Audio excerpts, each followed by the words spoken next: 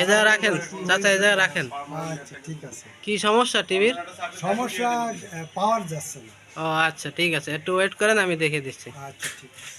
আসসালামু আলাইকুম প্রিয় দর্শক, দেখেন আমার সামনে একটি এলইডি টিভি আসছে, 19 ইঞ্চি এলইডি টিভি রিপেয়ারের জন্যে। তো এলইডি টিভিটি কাস্টমার জানিয়েছেন যে পাওয়ার পাচ্ছে না। তো হঠাৎ করে পাওয়ার না পাওয়ার কারণ কি এবং এই ধরনের প্রবলেম হলে আপনারা কীভাবে রিপেয়ার করবেন, যারা নতুন টেকনিশিয়ান ভাই আছেন তারা আজকে ভিডিওটা শেষ পর্যন্ত দেখলে আশা করি অনেক কিছু শিখতে পাবেন। তো চলেন ভিডিও স্টার্ট করা যাক।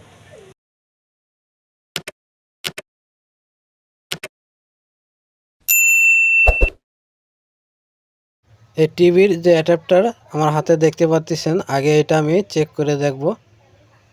তো দেখেন এখানে লেখা আছে 12 ভোল্ট এবং নিচে লেখা আছে 3 অ্যাম্পিয়ার।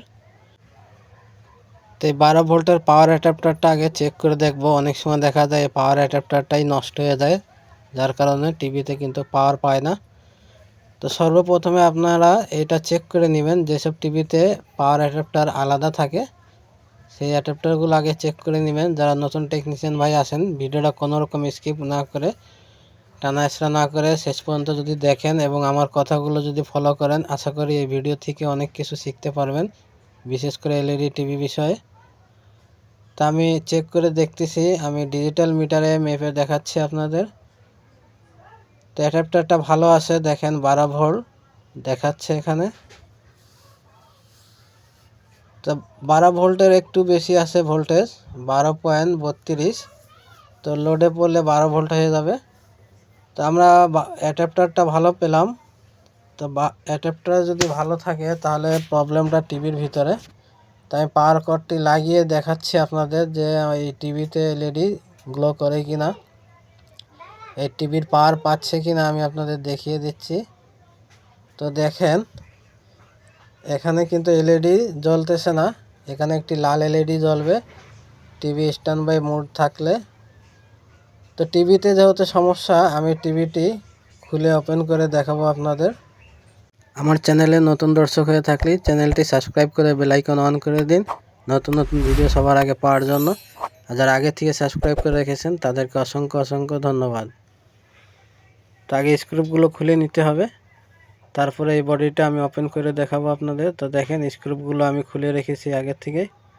তো স্পিকারের কর্ডটাও খুলে নিচ্ছি, স্পিকারটা যেহেতু বডির সাথে ব্যাক পার্টে লাগানো আছে।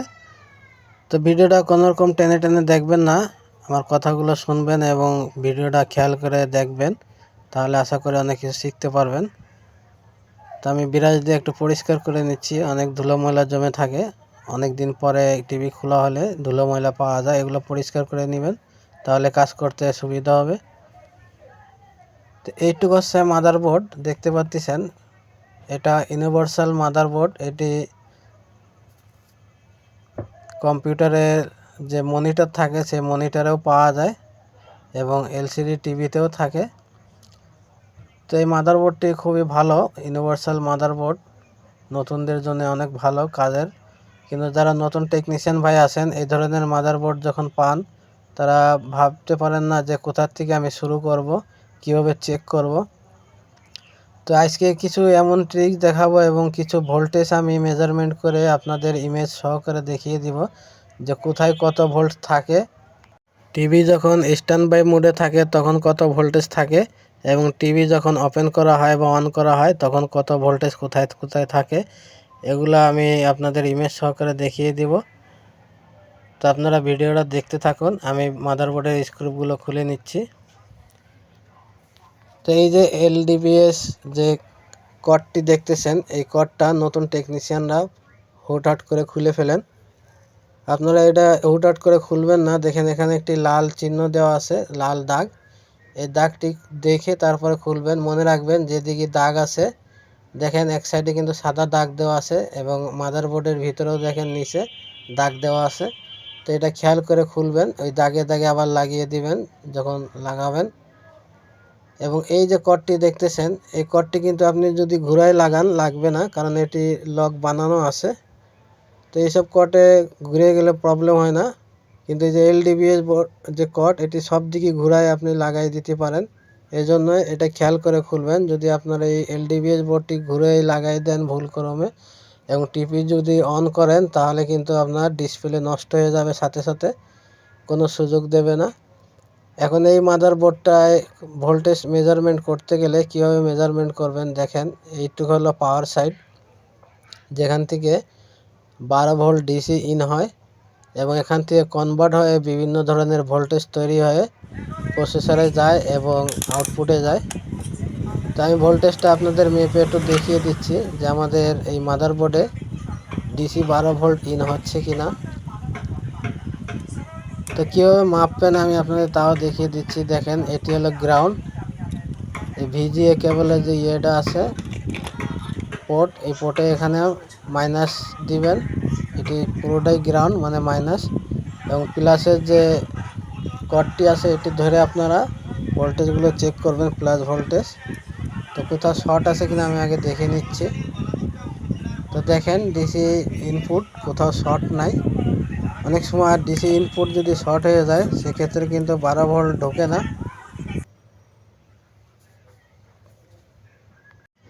তো এই বোর্ডটাকে 3 ভাগ করবেন, মানে আপনার ভোল্টেজ মেজারমেন্ট করার জন্য 3 ভাগে মেজারমেন্ট করবেন। আমি আপনাদের দেখিয়ে দিচ্ছি। তো এই সাইডটা হচ্ছে আউটপুট সাইড এবং মিডিলে যে প্রসেসর আইসিটি লাগানো আছে সেই আইসিটি হচ্ছে প্রসেসর ইনপুট এবং এটি হলো ডিসি ইনপুট 12 ভোল্ট, এবং মাঝখানে এই আইসিটা হচ্ছে প্রসেসর ইনপুট।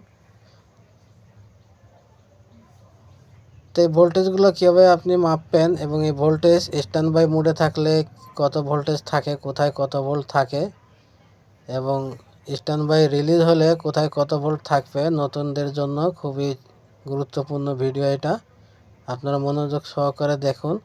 তো এই বোর্ডটা আমি কোথার থেকে শুরু করব মাপা, দেখেন এখানে আমি আপনাদের সোজা করে দেখিয়ে দিচ্ছি। সর্বপ্রথমে আপনি এখানে দেখতে পারতেছেন নিচে 5 ভোল্ট লেখা আছে, আমি আপনাদের দেখিয়ে দিচ্ছি। দেখেন এখানে 5 ভোল্ট লেখা, তারপরে আয়ার ভোল্টেজ লেখা, তারপরে দেখেন গ্রাউন্ড আছে। তো এই 3টা ভোল্টেজ আপনারা আগে মেপে দেখবেন। এই 3টা ভোল্টেজ কিন্তু এই সেন্সারের কাছে আছে, সেন্সার এবং এলইডিতে 3টা ভোল্টেজ পাবেন। তো যদি 3টা ভোল্টেজ আপনি এখানে না পান, এখানে যদি না পান তাহলে কি করবেন, এখানে আগে মেজারমেন্ট করবেন যে ভোল্টেজগুলো আছে কি নাই। যদি ভোল্টেজ ওখানে না থাকে তাহলে ওখান থেকে কর্ডটি খুলে, এই যে মাদারবোর্ডে এখন যে কর্ডটি খোলা আছে খোলা অবস্থায় এখানে ভোল্টেজটা মেপে দেখবেন, কারণ এখান থেকে ভোল্টেজ এই কিপ্যাডে যায়। ওখান থেকে অন হওয়ার পরে যখন কিপ্যাড প্রেস করবেন, আপনি পাওয়ার বাটন অন করবেন বা রিমোট দিয়ে অন করবেন, তখন এই সেন্সারের একটি ভোল্টেজ আয়ারে যাবে, আয়ার থেকে একটি সিগন্যাল আপনার মাদারবোর্ডে যে রেগুলেটর আইসি আছে সেই রেগুলেটর আইসিকে দিবে সিগন্যাল। তারপরে এখানে দেখেন আউটপুট আসবে, এর আগে কিন্তু আউটপুট আসবে না। তো এইসব ভোল্টেজ আপনি পাবেন যখন টিভি অন হবে, স্ট্যান্ড বাই থেকে রিলিজ হবে, তখনই পাবেন ভোল্টেজ। তারপরে দেখেন ডিসপ্লের যে ড্রাইভার সার্কিট আছে এখানে 12 ভোল্ট ইন হবে। তো আমি আপনাদের দেখিয়ে দিচ্ছি এর ভিতরে রেগুলেটর আইসি কোনটা আছে এবং কোথায় কত ভোল্টেজ থাকবে। তো এটি হলো চ্যানেল আইসি। তো এটি আউটপুট সাইড, আউটপুট সাইড আমাদের দেখার প্রয়োজন নাই। আমি যে ইমেজটা আপনাদের দিয়েছি দেখেন, স্ট্যান্ড বাই মোডে থাকলে কোথায় কত ভোল্ট থাকে সেটা আপনারা ভালোভাবে দেখেন, আপনারা নোট করে রাখতে পারেন বা ইমেজটা ডাউনলোড করে রেখে দিতে পারেন। এবং স্ট্যান্ড বাই রিলিজ হওয়ার পরে কত ভোল্টেজ কোথায় থাকবে আমি আপনাদের দেখিয়ে দিচ্ছি একটু পরেই। তো এই টিভিতে যে প্রবলেমটা আমি পেয়েছি, এই এলইডিটা শর্ট ছিল। আমি যখন এখানে 5 ভোল্ট মাপতে যাই তো তখন আমি দেখতে পেলাম এখানে 5 ভোল্ট নাই। তো এই সেন্সারের পাশে যে এলইডিটা আছে এলইডিটা শর্ট হয়ে গিয়েছিল, এখানে আমি নতুন এলইডি লাগিয়ে দিয়েছি, এখন ভোল্টেজ অ্যাকুরেট হয়ে গেছে।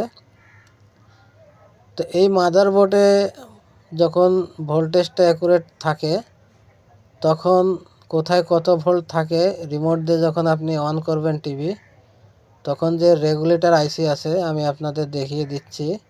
আমি শর্টকাটে আপনাদের দেখানোর চেষ্টা করতেছি যারা নতুন টেকনিশিয়ান ভাই আছেন। দেখেন এই যে আইসিটি, এখানে 5 ঠ্যাঙের আইসি আছে, এখানে 6 ঠ্যাঙের আইসিও হতে পারে।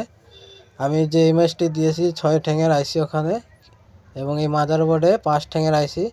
তো একই কাজ, 5 ঠ্যাঙের আইসি গ্রাউন্ড সেটা বাদ দেওয়া থাকে। দেখেন আমি ইমেজে আপনাদের দিয়ে দেখিয়ে দিচ্ছি। যখন স্ট্যান্ড বাই রিলিজ করবেন, টিভিটা যখন অন হবে, অন অবস্থায় কোথায় কত ভোল্টেজ আপনারা মাপ দিবেন বা পাবেন, এই ইমেজ দেখে আপনারা মিলিয়ে নেবেন। তো এখান থেকে এলইডি থেকেই শর্ট হয়ে গেছিলো, যার কারণে 5 ভোল্ট ড্রপ করছিল, এবং 5 ভোল্ট ড্রপ করলে কিন্তু টিভি অন হবে না, কারণ এই 5 ভোল্ট প্রসেসর আইসিতে যায় এবং রেগুলেটর আইসিতে সিগন্যাল পাঠায়, তখন রেগুলেটর আইসি কাজ করে।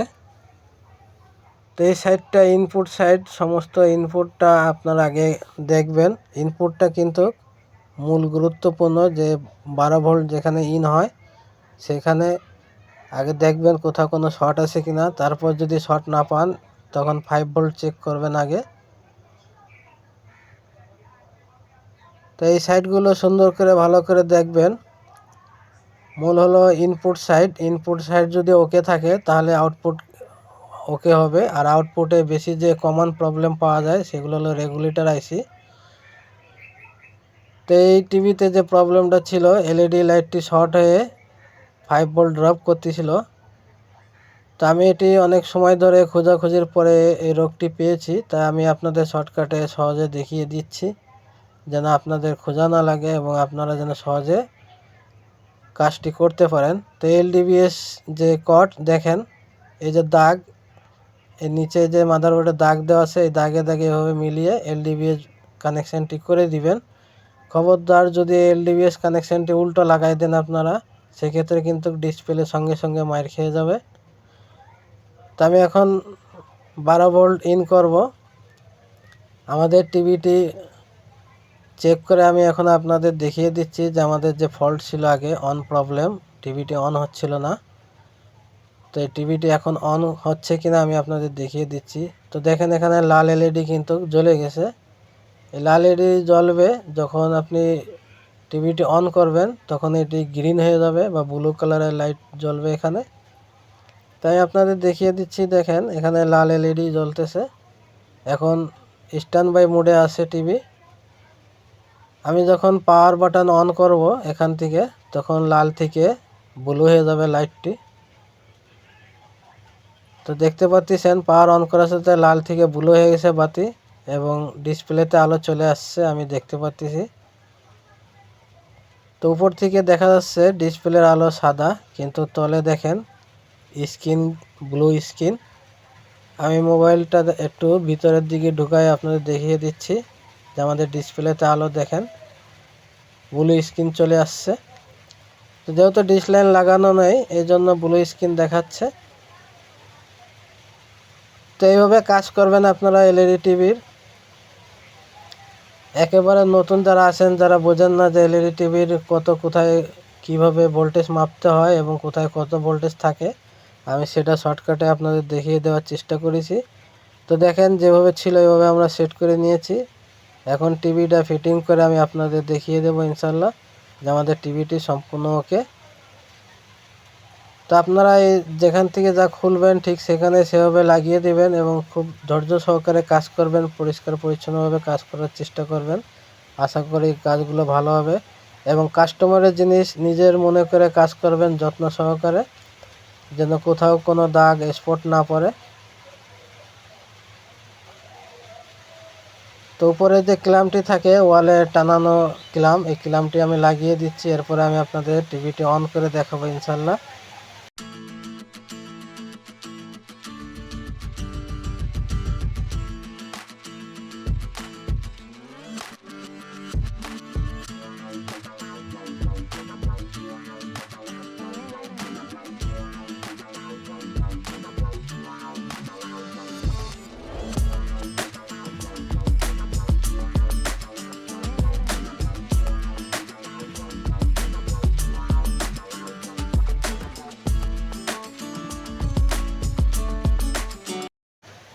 আমি অ্যাডাপ্টারটি লাগিয়ে আপনাদের টিভিটি অন করে দেখাবো। তো দেখেন এখানে লাল ইন্ডিকেটর জ্বলতেছে অ্যাডাপ্টার লাগানোর সাথে। আমি পাওয়ার বাটন অন করেছি, অন করার সাথে দেখেন টিভিটি কিন্তু অন হয়ে গেছে। এভাবে আপনারা কাজ করবেন। ভিডিওটা যদি ভালো লাগে লাইক করবেন, কমেন্ট করবেন, শেয়ার করবেন। আবার দেখা হবে নতুন কোনো ভিডিওর সাথে। সবাই ভালো থাকেন। আল্লাহ হাফেজ।